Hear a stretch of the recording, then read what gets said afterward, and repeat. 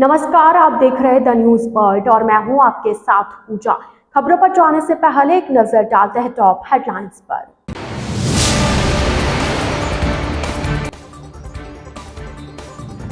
Mid day meal के खराब खाने को लेकर सीडब्ल्यूसी ने लिया प्रसंज्ञान।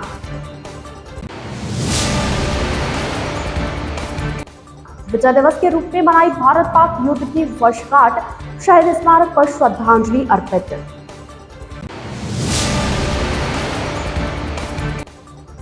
दिव्यांगजनों के लिए 2 दिवसीय कार्यशाला शुरू, कल प्रज्ञा निकेतन छात्रावास के पूर्व छात्रों का एल्यूमिनी मीट।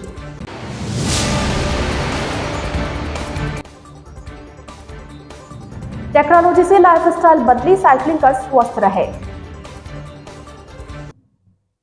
तो ये थी हेडलाइंस और अब खबरें विस्तार से। वाणिज्यिक न्यायालय संख्या 2 जोधपुर के न्यायाधीश सत्यपाल वर्मा ने अपने विस्तृत निर्णय में महत्वपूर्ण व्यवस्था दी है। उन्होंने कहा कि बीमा दावे में सर्वे रिपोर्ट अंतिम शब्द नहीं है और दावा राशि का पूर्ण एवं अंतिम भुगतान प्राप्त करने के बाद भी बीमाधारी बकाया दावा राशि प्राप्त करने का हकदार है और इसी अनुरूप यूनाइटेड इंडिया इंश्योरेंस कंपनी को 2 लाख हर्जाने और ब्याज सहित वादी के 4.25 करोड़ रुपए चुकाने होंगे। शेखावत आर्ट एक्सपोर्ट के भागीदार ललित विनोद जौहरी ने अधिवक्ता अनिल भंडारी के माध्यम से वाद दायर कर कहा कि उनके बीमा फर्म में 1 दिसंबर 2014 को आग लग जाने पर 3 करोड़ रुपए से अधिक का सामान जल गया और भवन तथा मशीनरी में भी नुकसान हुआ। बीमा कंपनी ने 3,90,04,000 रुपए के एवज में वादी को दबाव में लेकर उनके दावा वाउचर पर हस्ताक्षर करवाकर महज 1,10,15,370 रुपए का ही भुगतान किया और बकाया दावा राशि 1,98,68,639 रुपए का भुगतान करने से इनकार कर दिया। अधिवक्ता भंडारी ने कहा कि बीमा कंपनी के सर्वेयर ने बीमित परिसर में किराएदार कंट्री आर्ट एंड क्राफ्ट के 10 करोड़ रुपए के स्टॉक में से 1/3 स्टॉक वादी का मानकर दस्तावेजों के विपरीत आकलन किया और लोहे के जले हुए माल में 40% कटौती का नियम लकड़ी के सामान पर भी लगाकर गंभीर भूल की है। उन्होंने कहा कि सर्वेयर ने स्टॉक में 20% लाभ तथा भवन में मशीनरी में अवमूल्य कटौती कर बीमा पॉलिसी प्रावधान के विपरीत कार्य किया है, इसलिए वादी अपनी बकाया दावा राशि प्राप्त करने का हकदार है। राजकीय उच्च माध्यमिक विद्यालय जूनी मंडी में मिड डे मील में जली व सूखी रोटियां सप्लाई होने पर बाल कल्याण समिति ने प्रसंज्ञान लिया है। समिति अध्यक्ष विक्रम चेतन सरगरा ने बताया कि मामले की गंभीरता को देखते हुए बच्चों के स्वास्थ्य को लेकर किसी प्रकार की कोताही नहीं बरती जाए, इसे लेकर जिला शिक्षा विभाग को पत्र प्रेषित कर मामले की तथ्यात्मक रिपोर्ट मांगी गई है। साथ ही उचित कार्रवाई करने के निर्देश प्रदान किए हैं। स्कूलों में सप्लाई होने वाले मिड डे मील की गुणवत्ता की जांच की जाए ताकि भविष्य में इस तरह की पुनरावृत्ति न हो। उल्लेखनीय है कि 2 दिन पहले भीतरी शहर जूनी मंडी स्थित सरकारी स्कूल में मिड डे मील के तहत परोसे जाने वाले खाने की क्वालिटी को लेकर क्षेत्रवासियों ने प्रदर्शन किया था। उन्होंने इस खाने को खराब बताते हुए हंगामा किया। उनका कहना था कि इस खाने की क्वालिटी का खाना जानवरों को देते हैं, फिर यह खाना स्कूल के बच्चों को कैसे खिला सकते हैं। उनके विरोध के बावजूद स्कूल में बच्चों को यह खाना परोस दिया गया। हंगामे की सूचना पर पुलिस भी मौके पर पहुंची थी और मामले में समझाइश कर शांत। वर्ष 1971 के भारत पाक युद्ध में जीत की वर्षगांठ शनिवार को सभी सैन्य स्टेशनों पर विजय दिवस के रूप में मनाई गई। इस दौरान 1971 के भारत पाक युद्ध के शहीदों को श्रद्धांजलि दी गई। इस आयोजन का उद्देश्य सर्वोच्च बलिदान देने वाले बहादुरों को याद कर उन्हें श्रद्धांजलि देने के साथ ही लोगों में गर्व की भावना पैदा करना और पूर्व सैनिकों के साथ एकजुटता का संदेश फैलाना था। कार्यक्रम अलग अलग स्थानों पर हुए। रेजिडेंसी रोड, शहीद स्मारक और कोणार्क में भी आयोजन रखा गया। पूर्व सैनिक सेवा परिषद के प्रांत अध्यक्ष मेजर नरपत सिंह राजपुरोहित ने बताया कि 1971 के युद्ध में पाकिस्तान पर भारतीय सशस्त्र बलों की जीत के उपलक्ष्य में आज विजय दिवस मनाया गया। इस दौरान सभी सैन्य स्टेशनों के साथ ही अन्य स्थानों पर भी श्रद्धांजलि कार्यक्रम हुए। इसमें 1971 के भारत पाक युद्ध में सर्वोच्च बलिदान देने वाले वीर सैनिकों को श्रद्धांजलि दी गई। उन्होंने बताया कि पूर्व सैनिक सेवा परिषद डिफेंस से रजिस्टर्ड संस्था है जो कि सैनिकों और पूर्व सैनिकों के लिए ही कार्य करती है। आज शहीदों की याद में पुष्पांजलि अर्पित की गई। शहर विधायक अतुल भंसाली ने शहीद स्मारक पर पहुंचकर पूर्व सैनिकों की याद में पुष्पांजलि अर्पित करते हुए उन्हें नमन किया और केंद्र की प्रधानमंत्री मोदी सरकार द्वारा सैनिकों के कल्याणार्थ किए जा रहे कार्यों के बारे में बताया। उन्होंने देश सेवा प्रेम का संकल्प लेने की बात कही। उन्होंने कहा कि आज दुनिया देश का लोहा मानती है। कार्यक्रम में प्रांत अध्यक्ष मेजर जनरल नरपत सिंह राजपुरोहित, प्रांत मंत्री फ्लाइंग ऑफिसर नारायण सिंह जोधा, जोधपुर इकाई अध्यक्ष कैप्टन जसवंत सिंह राठौड़ और सचिव लाल सिंह पवार सहित कई पूर्व और सेवारत सैनिकों के साथ गणमान्य लोग शरीक हुए। वंदे मातरम, वंदे मातरम, भारतीय सेना, भारत माता की जय, भारत माता की जय, भारत माता की जय, भारत माता की अभी पुष्पांजलि करेंगे। जय हिंद, वंदे मातरम। सभी जोधपुर वासियों को नम्र निवेदन कि आप ऐसे प्रोग्राम जो आज आप आए हैं, इसको विजय दिवस का 1971 की लड़ाई का आज का विजय दिवस बना रहे हैं, उसमें ज़रूर आगे भी पधारें। और आज उसी के लिए पूरे अखिल भारतीय पूर्व सैनिक सेवा परिषद के सभी लोग यहाँ मौजूद हैं। ये संगठन है, इसके अलावा और कोई हमारा संगठन नहीं है। ये अप्रूव्ड है, मिनिस्ट्री ऑफ डिफेंस से, और हमारे संघ का भी हमारे ऊपर पूरा उनका अप्रूवल है। और इसके जो लोग हैं वो राष्ट्र हित के बारे में बात करते हैं।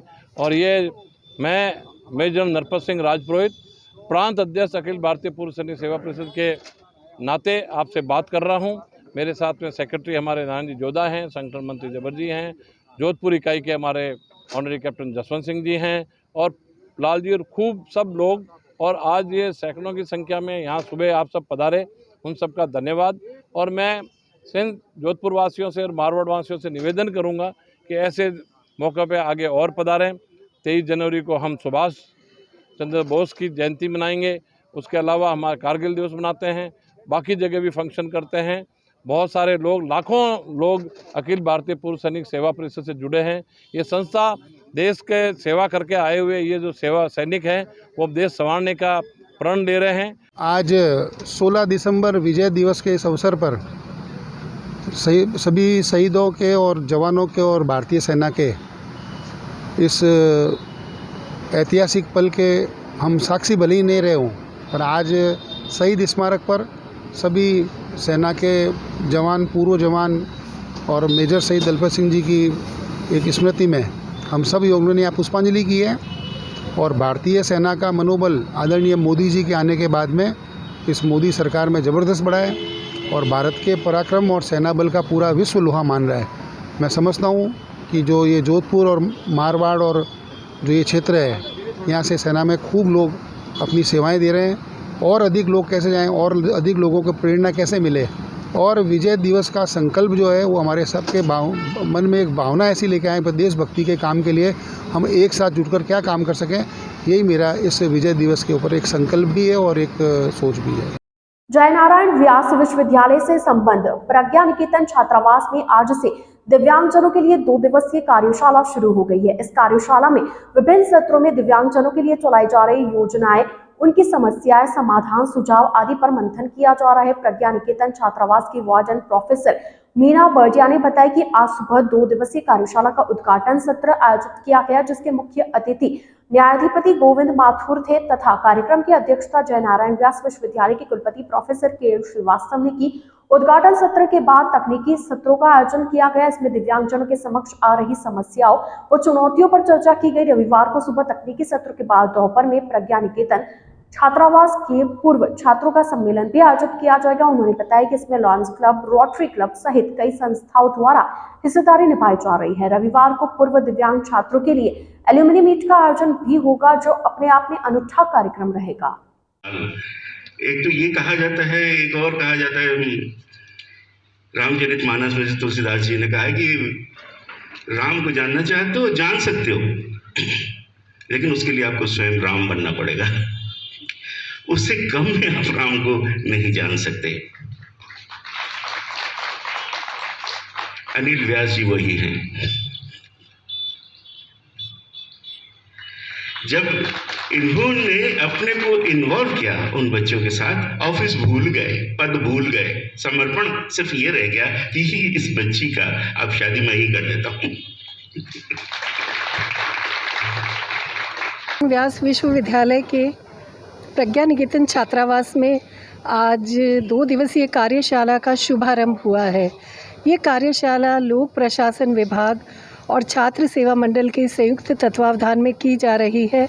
और सबसे अच्छी बात यह है कि इसका विषय समाज के उस तबके के लिए है जो हाशिए पर आया हुआ है, और वो है दिव्यांग। तो आज की कार्यशाला का विषय है inclusive development of persons with disabilities from disadvantage to empowered citizens, कि किस प्रकार इन दिव्यांगों को एम्पावर किया जाए, उनका सशक्तिकरण किया जाए। इस विषय पर ये अपने प्रकार की एक अनूठी कार्यशाला हो रही है, जिसमें विश्वविद्यालय के छात्र हैं, दिव्यांग छात्र हैं, और पूरे राजस्थान ही नहीं पूरे भारत से दिव्यांग छात्र और कार्यकर्ता इसमें शामिल हो रहे हैं। जो नौकरियां कर रहे हैं या पढ़ाई कर रहे हैं, सभी लोग इसमें इंटरेस्टेड हैं। साथ ही जिनके बच्चे दिव्यांग हैं, ऐसे पेरेंट्स भी इस कार्यशाला में अपनी भूमिका निभा रहे हैं।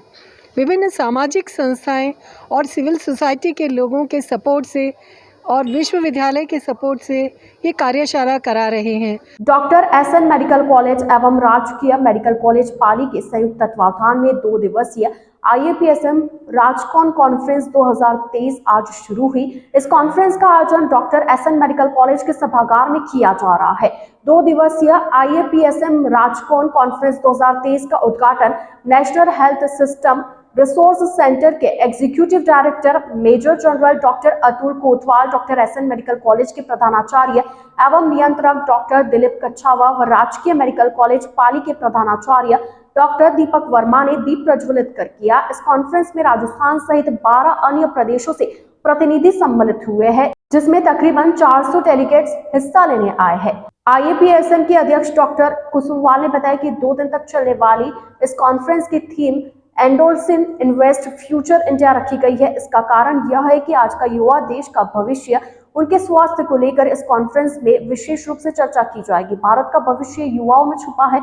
युवाओं को उनके स्वास्थ्य को लेकर काफी केयर करनी चाहिए। उनके द्वारा ही देश की तरक्की होगी, युवाओं के द्वारा ही देश की GDP बढ़ सकती है। इस अवसर पर डॉक्टर भरत मेहराणा ने बताया कि भारत को टीबी मुक्त करने के लिए प्रधानमंत्री नरेंद्र मोदी ने भी कहा है। टीबी को लेकर भी यहाँ पर प्रेजेंटेशन दिया गया, मगर प्राथमिकता के तौर पर एंडोसलिन को लेकर चर्चा की जा रही है। भारत में युवा स्वास्थ्य फ्यूचर को लेकर चर्चा हो रही है।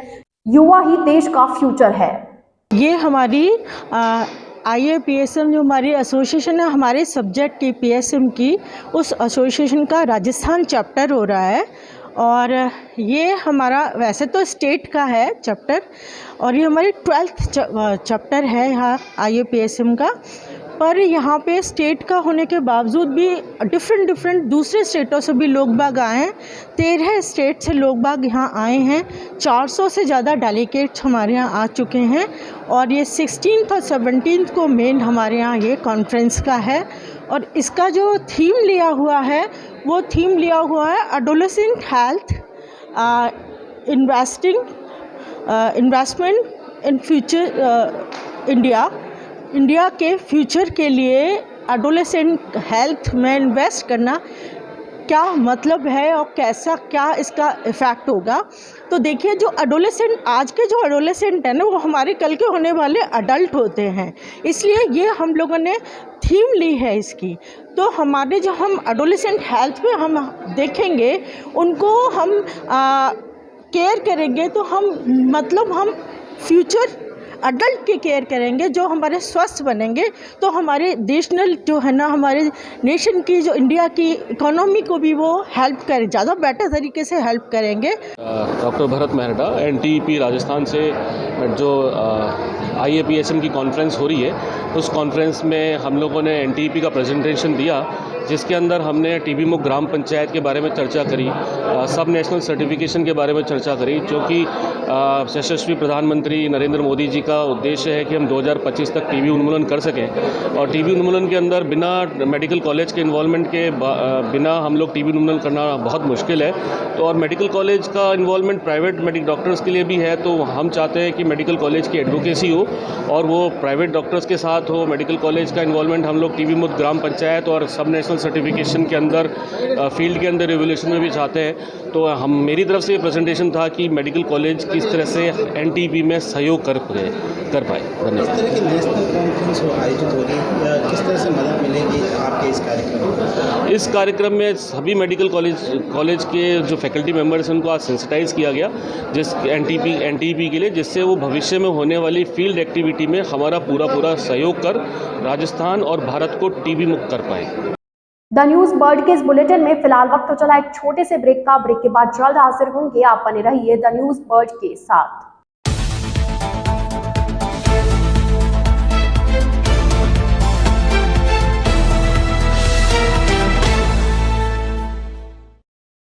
ब्रेक के बाद आपका स्वागत है। उत्तर पश्चिम रेलवे के जोधपुर मंडल ने रेल विद्युतीकरण कार्य की दिशा में महत्वपूर्ण उपलब्धि हासिल करते हुए रायका बाग से मकराना रेलवे स्टेशनों के बीच दोहरी लाइन के विद्युतीकरण का कार्य पूरा करवा लिया है। शुक्रवार को इस ट्रैक पर इलेक्ट्रिक स्पेशल ट्रेन से 110 किलोमीटर प्रति घंटा की रफ्तार से सफल रन ट्रायल भी कर लिया गया। इसके साथ ही जोधपुर से मकराना के बीच 191 किलोमीटर लंबे मार्ग पर विद्युतीकरण का कार्य पूरा होने पर डीआरएम पंकज कुमार सिंह ने इस कार्य में जुटे अधिकारियों व कर्मचारियों को बधाई दी। जोधपुर मंडल के अधिकारियों के साथ प्रधान मुख्य बिजली इंजीनियर राकेश मोहन ने शुक्रवार को निरीक्षण दौरे के तहत इस मार्ग पर विद्युतीकरण कार्यों का बारीकी से निरीक्षण किया। उन्होंने अधिकारियों के साथ चरणबद्ध तरीके से मकराना, मेड़ता रोड, मेड़ता सिटी और मेड़ता रोड से रायकाबाग रेलवे स्टेशनों पर विद्युतीकरण कार्यों का निरीक्षण किया। साथ ही जोधपुर मंडल पर विद्युतीकरण कार्यों की समीक्षा बैठक भी ली। रेल मंत्रियों और आम लोगों के लिए प्रारंभ की गई रेल मदद हेल्पलाइन 139 एकीकृत सेवा उपयोगी साबित हो रही है। कोई भी व्यक्ति इस सेवा का अपने मोबाइल से उपयोग कर रेलवे से जुड़ी मूलभूत सहायता ले सकता है। रेल मदद हेल्पलाइन नंबर 139 यात्री व आम लोगों की सुविधा के रेलवे द्वारा प्रारंभ की गई है। वो महत्वपूर्ण सेवा है जो प्रयोगकर्ता को किसी भी रेलवे स्टेशन पर ट्रेन के आवागमन की स्थिति बताने के साथ साथ बर्थ की उपलब्धता, आरक्षित टिकट की स्थिति, किराया और ट्रेन की लाइन स्थिति जैसी महत्वपूर्ण जानकारियां उपलब्ध करवाती है। इसके अतिरिक्त यात्रा के दौरान भी कोई यात्री 139 सेवा का उपयोग करके न सिर्फ मेडिकल हेल्प, सुरक्षा, सतर्कता, साफ सफाई, कैटरिंग, फ्रेट अथवा पार्सल से जुड़ी जानकारियां भी ले सकता है। इस हेल्पलाइन नंबर की सबसे अच्छी बात यह है कि कोई भी व्यक्ति इसे डायल कर सकता है और यह केवल स्मार्टफोन तक ही सीमित नहीं है, इसलिए प्रत्येक मोबाइल यूजर्स को यह नंबर सेव करना चाहिए। डीआरएम पंकज कुमार सिंह ने बताया कि रेल मदद हेल्पलाइन नंबर 139 रेल यात्रियों के साथ साथ आम लोगों के लिए भी उपयोगी सुविधा है तथा यह सभी के लिए सदैव उपलब्ध है। इससे स्टेशनों पर पूछताछ कतार से भी बचा जा सकता है। आज टेक्नोलॉजी के युग में लोगों के लाइफस्टाइल काफी बदल गई है। पहले हार्ट अटैक एक उम्र में ही देखा जाता था, मगर आजकल यह बच्चों में भी होने लगा है। इसका खास कारण है कि हम टेक्नोलॉजी के शिकार होने के साथ साइकिलिंग करना भूल गए हैं। आज टेक्नोलॉजी के युग में लोगों की लाइफस्टाइल काफी बदल गई है। पहले हार्ट अटैक एक उम्र में ही देखा जाता था, मगर आजकल यह बच्चों में भी होने लगा है। इसका खास कारण यह है कि टेक्नोलॉजी के शिकार होने के साथ साइकिलिंग करना भूल चुके हैं। मैं चाहता हूं कि लोग साइकिलिंग करें और स्वस्थ रहे। ये बात आज साइकिलिस्ट परमवीर ने कही, जो साइकिल पर पूरे देश का भ्रमण कर लोगों को साइकिल के जरिए स्वास्थ्य को लेकर जागरूक कर रहे हैं। गुजरात के वापी से अपनी साइकिलिंग शुरू कर जोधपुर पहुंचे परमवीर ने बताया कि वे साइकिल पर देश का भ्रमण करने निकले हैं। वे गांव शहरों में जाकर लोगों को साइकिल के माध्यम से स्वास्थ्य के प्रति जागरूक कर रहे हैं। लोग साइकिल चलाएं और स्वस्थ रहे। उन्होंने बताया कि उनके पास दुनिया की एकमात्र सबसे लंबी साइकिल है, जिसका नाम उन्होंने मोगली रखा है। यह साइकिल 9.5 फीट लंबी है। आज जोधपुर पहुंचने पर मीडिया से बातचीत में कहा कि टेक्नोलॉजी के युग में लोग साइकिलिंग करना भूल गए हैं, जिससे उनके स्वास्थ्य पर बुरा असर पड़ रहा है। वे चाहते हैं कि ज्यादा से ज्यादा लोग साइकिलिंग करें और स्वस्थ रहे। वे खुद की निर्मित इस मोगली साइकिल से देश भर में चक्कर लगाने निकले हैं और गांव शहरों में जाकर लोगों को साइकिलिंग के प्रति जागरूक कर रहे हैं। वे हाईवे पर नहीं जाते हैं। उनका ध्येय यह है कि लोग ज्यादा से ज्यादा साइकिलिंग करें और स्वस्थ बने। जय हिंद दोस्तों, मेरा नाम है परमवीर। मैं एक साइकिलिस्ट हूँ। साइकिल लेके पूरा के पूरा भारत देश घूमता हूँ। पूरा के पूरा भारत देश जो मैं घूमता हूँ, उसके पीछे जो वजह है वो साइकिल अवेयरनेस से रिलेटेड है। यानी कि मेरे पास एक साइकिल है 9.5 फीट लंबी, जो कि मैंने खुद ही बनाई है। और ये पूरे वर्ल्ड में एक ही साइकिल है जो 9.5 फीट लंबी है और रोड पे चलती है, जिसको लेके मैं पूरा का पूरा भारत देश घूमता हूँ। भारत देश में लोग साइकिल बहुत ही कम चलाते हैं और लोगों की जो लाइफस्टाइल है वो काफ़ी चेंज हुई है टेक्नोलॉजी की वजह से। टेक्नोलॉजी की वजह से लोग आलसी भी हो गए हैं, इसके कारण लोगों को स्वास्थ्य से जुड़ी हुई प्रॉब्लम्स आती है। जैसे कि आप लोग जानते ही हो कि पहले एक उम्र होती थी हार्ट अटैक की, अभी वो उम्र नहीं रह गई है। अभी बच्चे लोगों को भी हार्ट अटैक्स आते हैं क्योंकि लोग आजकल मेहनत नहीं करते हैं, साइकिल नहीं चलाते हैं, बहुत सारे युवा योगा भी नहीं करते हैं, जिसके कारण ये सब प्रॉब्लम्स आती हैं। पहले हमारा जो देश है वो खेती प्रधान देश हुआ करता था, लोग मजदूरी भी करते थे, अभी लोगों को मेहनत ही नहीं मिल रही है। हमारे यहाँ पे गरबा प्रोग्राम होता है, गरबा फेस्टिवल नवरात्रि, तो आप लोगों ने सुना ही होगा कि इस बार जो गरबा प्रोग्राम था उसमें लोग गरबा करते करते ही उनकी मौत हो गई। इसका कारण क्या है? इसका कारण यही है कि पूरे साल मेहनत नहीं की और अचानक से लोग गरबा करने के लिए आ गए। आप अभी तक देश में कितने किलोमीटर घूम चुके हैं और कहाँ कहाँ तक जा चुके हैं? जी, मैंने अपनी जर्नी वापी गुजरात की वापी से स्टार्ट की थी और मेरा मिशन है कि भारत देश में जितने भी गांव है, जितने भी शहर है, नॉट हाईवे नहीं जाता हूँ मैं, गांव और शहर ज़्यादा से ज़्यादा मैं कवर करता हूँ और लोगों को साइकिल का महत्व समझाता हूँ कि साइकिल चलाना क्यों ज़रूरी है। साइकिल चलाने के बहुत सारे फ़ायदे हैं लेकिन नुकसान एक भी नहीं है।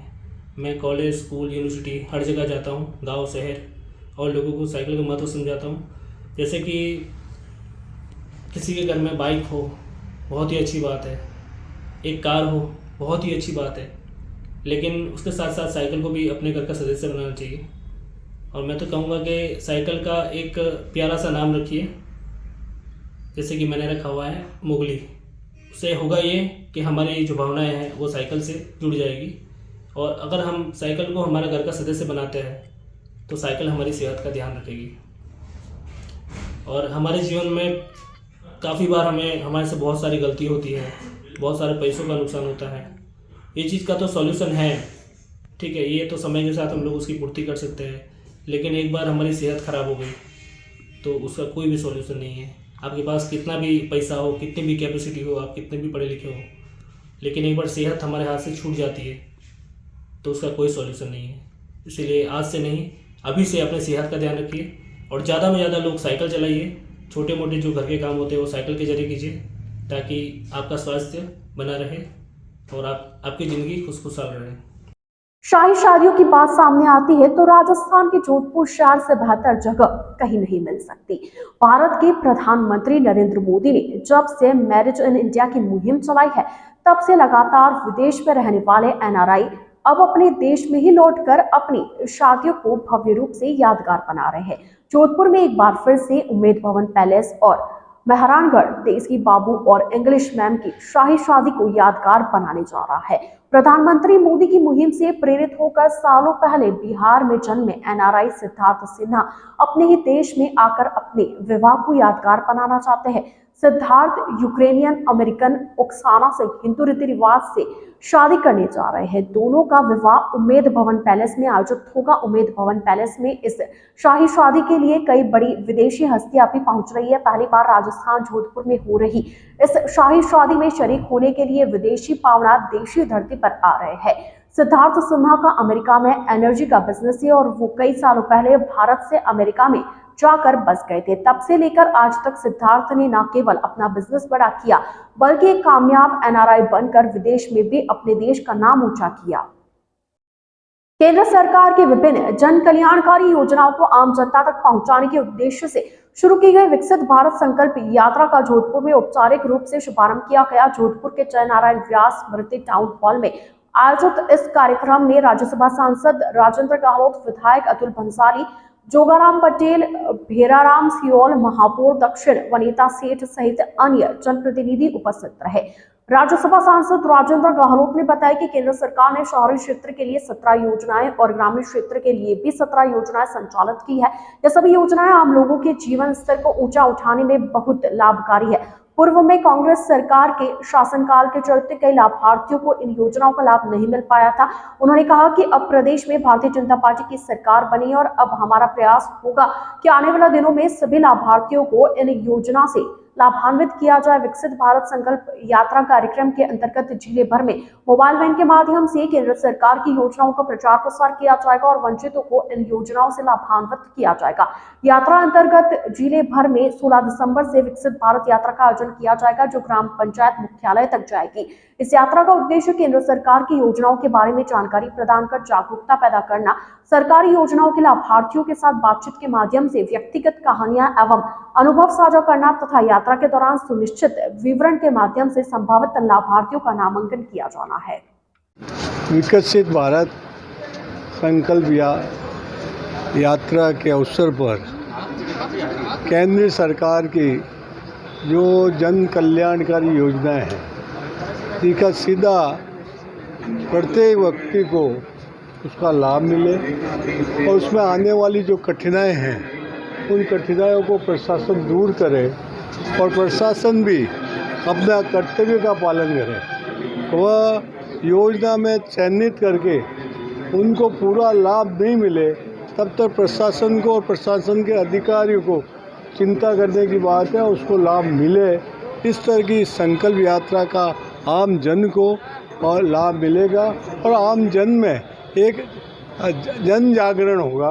जन जागरण के आधार पर हम ये कह सकते हैं कि आम व्यक्ति अपने अधिकार क्या है, योजना आम व्यक्ति के लिए है, उस व्यक्ति को योजना का लाभ मिलना चाहिए। इसलिए व्यक्ति भी जागरूक होकर आगे आएगा, समाज भी आएगा, सामाजिक संस्था भी आएगी, जिससे हम प्रधानमंत्री जो जन कल्याण की योजना उसका पूरा लाभ मिल सके।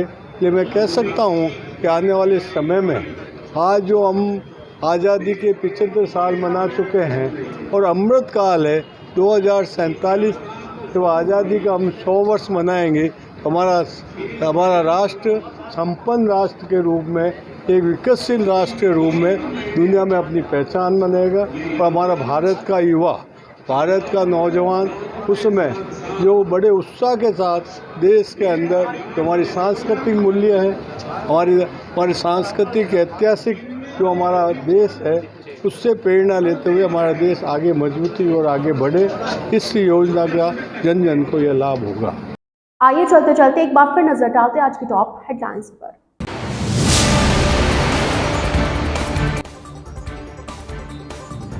मिड डे मील के खराब खाने को लेकर सीडब्ल्यूसी ने लिया प्रसंज्ञान।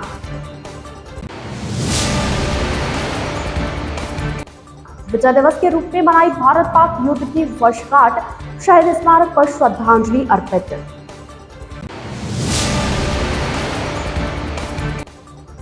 दिव्यांगजनों के लिए 2 दिवसीय कार्यशाला शुरू, कल प्रज्ञा निकेतन छात्रावास के पूर्व छात्रों का एल्यूमिनी मीट।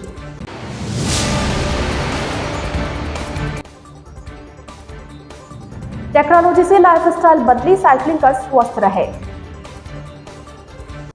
तो आज के इस बुलेटिन में फिलहाल के लिए इतना ही। अब दीजिए इजाजत पूजा को और आप बने रहिए द न्यूज वर्ल्ड के साथ। नमस्कार।